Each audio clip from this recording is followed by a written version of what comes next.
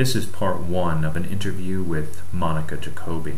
She tells how she gradually discovered the predatory nature of university employment.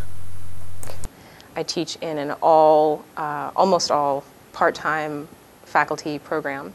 They have a professional writing program there, and they have 3 full-time lecturers and about 30 part-timers.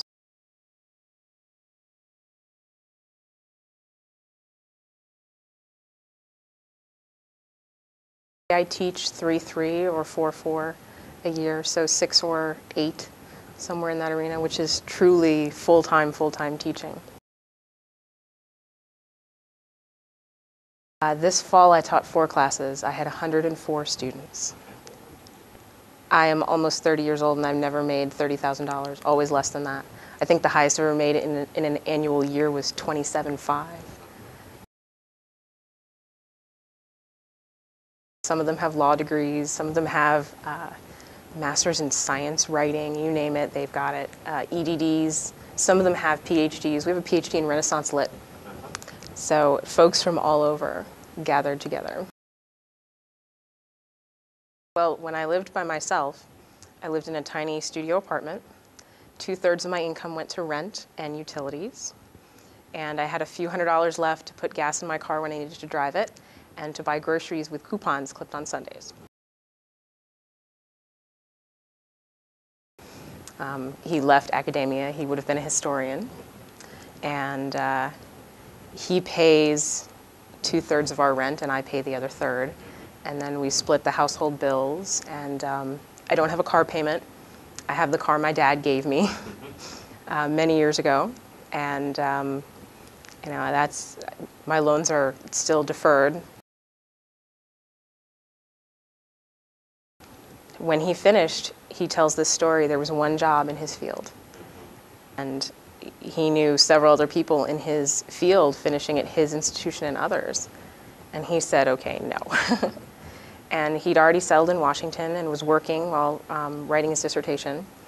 And he figured he was making more than the estimated starting salary for that job. So he just never did an academic job search. He said, I can do better things with my life.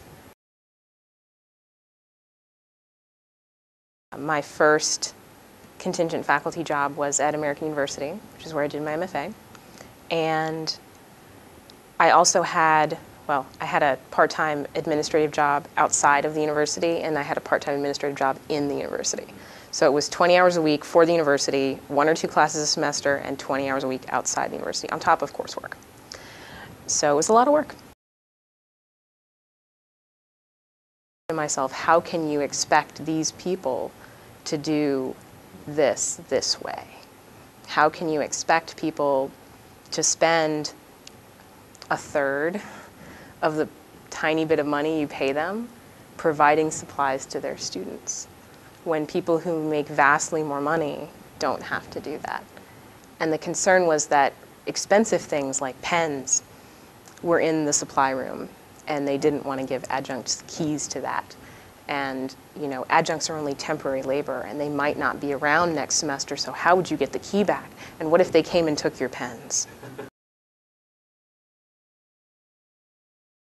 Everybody forgets where they are in the academic power system. That deans forget that as deans they're scary.